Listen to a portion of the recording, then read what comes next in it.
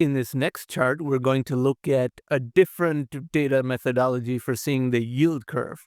Now, you may have heard a lot about the U.S. Treasury yield curve, and I talk about that in other videos. And generally, if the shorter term interest rates are lower than the longer term interest rates, then the economy is doing well.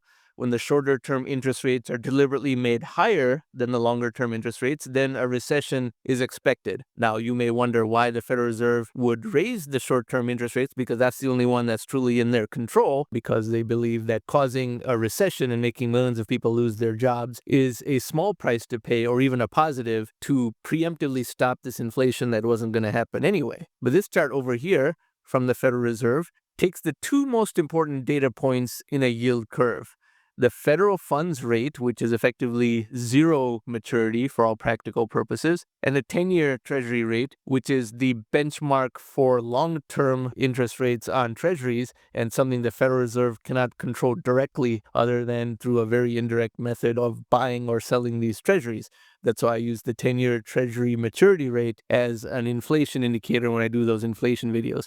So the delta between these two is a representation of the yield curve, the two most important data points in the yield curve. Now, the economy is generally doing well in the modern age, 1992 to present, when this is about 3%. Ideally, the Fed funds rate is 0, and the 10-year Treasury yield is about 3%.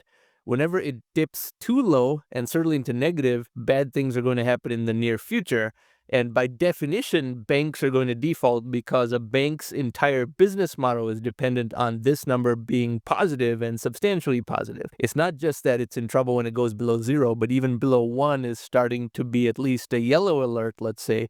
Below 0 is a red alert. And the way to think about this further is not that if it's below 0 for a very short time, like if it's below 0 for just a few days or even weeks, then nothing really happens. But what is the cumulative amount of time below 0?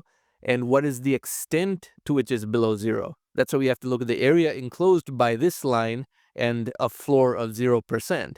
And whenever that has happened, we have had either a recession or a very sluggish economy for 3 or 4 years, like we had in 2000, 2002.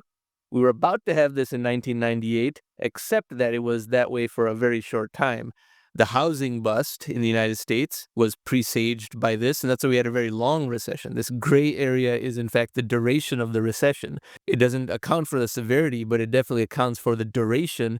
And remember, a recession ends only when the decline stops. Not that the economy has recovered to its all-time high or anything, but just the decline has stopped. And there was a very short recession here due to COVID-19, but they massively printed money to thwart that, which is the right thing to do. Now, unfortunately, they are raising the Fed funds rate to deliberately create an inverted yield curve, which is going to have catastrophic effects, even though they're raising it for no good reason. Inflation is not high, as I've proven many times.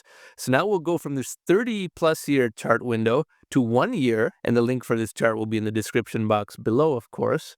This is a very fast decline. We were at 2.5% in April of 2022 and have gotten to negative minus 1.11 in under a year. In the 1 year chart, things have gotten negative to this extent. That is very steep, and this further stresses the business models of banks. So unless this gets above 0 relatively soon, which is not the direction that the Federal Reserve is even going, because they don't understand why the 10-year yield could be as low as it is. And there is also not an opportunity for the 10-year yield to rise, because then mortgage rates also rise, and we have a housing bust as well. So people correctly say that the Federal Reserve is cornered, but they're only cornered under the old-fashioned method of thinking.